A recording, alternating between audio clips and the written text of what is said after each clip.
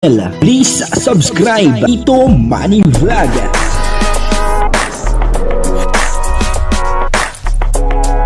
Payagan po si Tito Manny Vlog na mag-reactor para pambiling gamot sa kanya pong karamdaman. Wala man siyang records ng ng awayan. Sabi po ni Joy Diwata ay si Kalingap Dan lang ay sapat na. Grabe, no? Talaga nga naman, talagang muli na naman kinilig etong si Kalingap Dan, dahil po doon sa sinabi ni Joy Diwata. Papanoorin po natin yung video at syempre bibigyan po natin ng konting reaction.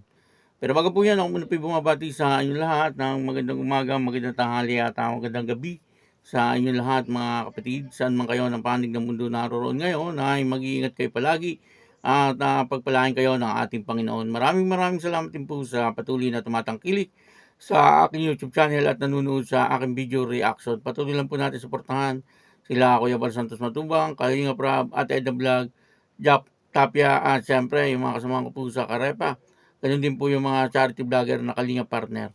O ito po yung video na kung saan ay sinabi ni Joy Diwata na si Kalingap Dan lang daw ay talagang sapat na. Ang kabuuan po ng video ito ay mapapanood po natin sa YouTube channel ni Kalingap Dan. Joy, sino? Joy, bulong daw Joy. Joy, nanununtok.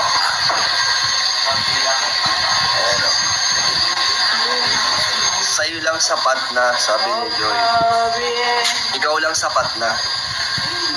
Sinagot guys. Si Lolo ba pinagsisulusan kay David? Tatanong, Hindi ko alam. Kung ako nakakausap yun, ba't ako magsisilusan?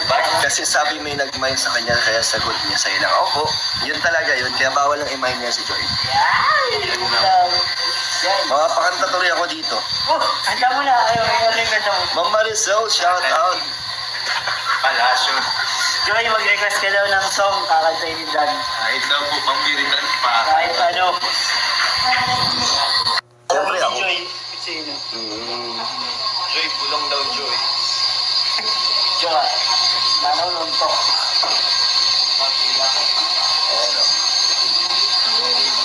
Sa'yo lang sapat na, sabi ni Wala nang iba. And Dan Joy guys. Congrats. Thank you po. First time. Galing ni Joy bro. First time na si Dan. Nairis na daw yung memories. Ano? Nainis na yung memory. Ito yung memories ko. Ay grabe. Wala nang iba. Ikaw lang ay sapat na. Yun po ang sabi ni Joy Diwata. Nakakatawa naman po itong si Joy Diwata. Talagang si Kalingap Dan lang ay talagang sapat na daw po sa kanya. At sabi naman po ni Kalingap Dan ay wala na daw po magmamind dito kay Joy Diwata. Ibig sabihin ay kanya na. Itong si Joy Diwata.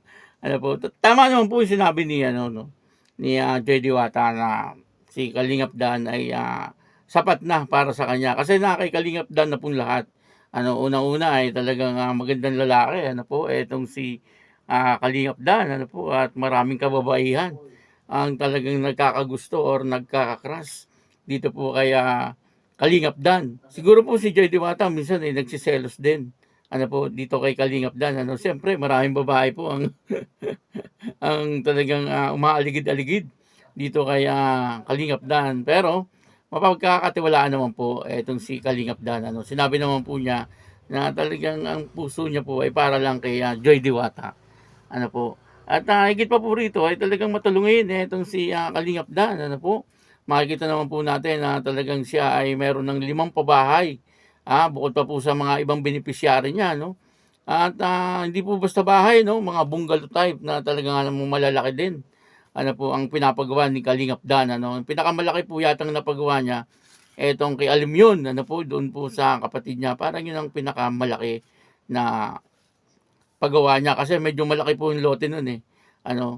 Kumbaga, ay talagang inuuna po ni Kalingap Dan, yung ibang tao kaysa sa sarili niya. Kung tutuusin po, ay talagang kayang-kaya na niya magpagawa ng sarili niyang bahay. Kasi meron na po siyang lote. Minsan ay na-vlog niya po, na itinuro niya po kung nasaan yung kanyang lote at kasama niya nga po doon si Mama Gemma at saka itong si Hana na doon nga daw po sila magpapatayo ng bahay nila, ano. Siguro sa mga susunod na araw ay makikita po natin, ano, nagpapagawa na rin po ito ng bahay si Kalingap Dan, o maaaring nagpapagawa na, pero hindi lang po niya binablog, ano. Alam naman po nating lahat na talagang napaka-sikretong tao nito si Kalingap Dan. At mapagmahal din po siya, ano, sa pamilya, ano po, nakikita naman po natin, ano, na mahal po niya ang kanyang kapatid na si Hana, ano, maging si Mama Gemma at saka itong si Kuya Brooks, ano po, ay talagang nakikita po natin na andun yung pagmamahal niya. At si Alim yun, ano, yung bunso niyang kapatid, ano po, na talagang kinagigiliwan niya po ito. Ano po, at masasabi po natin na talagang Kalingap Dan na pong lahat. Ano po, at napaka-respeto niya rin pong tao, ano, magalang po siya, ano. Nakita naman po natin pag pumupunta po siya kay Nanay Imelda, ano po, na talagang nandun po yung pagrespeto niya dito sa nanay ni Joy Diwata. At ganoon din po si Joy. Ano, kaya nga po sabi ni Kalingap Dan ay wala nang magmamind kay Joy kasi sa kanya na nga, ano. Halos nagkakapareho lang po sila ng ugali ni Joy Diwata, ano po. Ang pagkakaiba lang po nila ngayon, ito pong si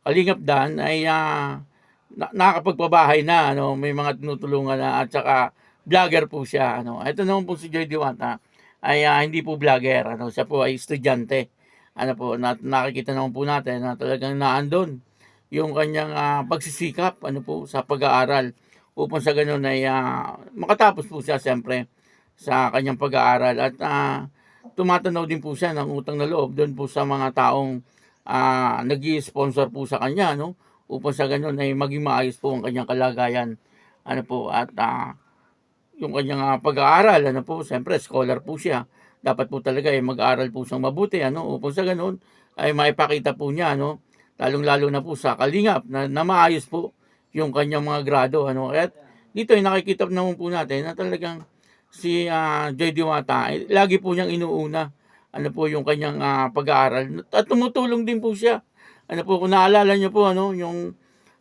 isa po sa kasama niya sa bahay, ano, nung birthday niya, parang Justin ang pangalan nun, ay nagsalita po siya na talagang tinutulungan po siya ni Joy Diwata, ano po, sa kanyang mga pangangailangan, ano po. Kaya yun nakakatuwa, ano, halos parehas po sila ng ugali ni Kalingap Dan, ano po. Kaya alam natin na itong dalawang ito ay magkakasundo, ano po. Kaya yun, ano, maraming salamat po sa inyong lahat, at patuloy lang po natin suportahan ang teleserye na Dan Joy, ano po.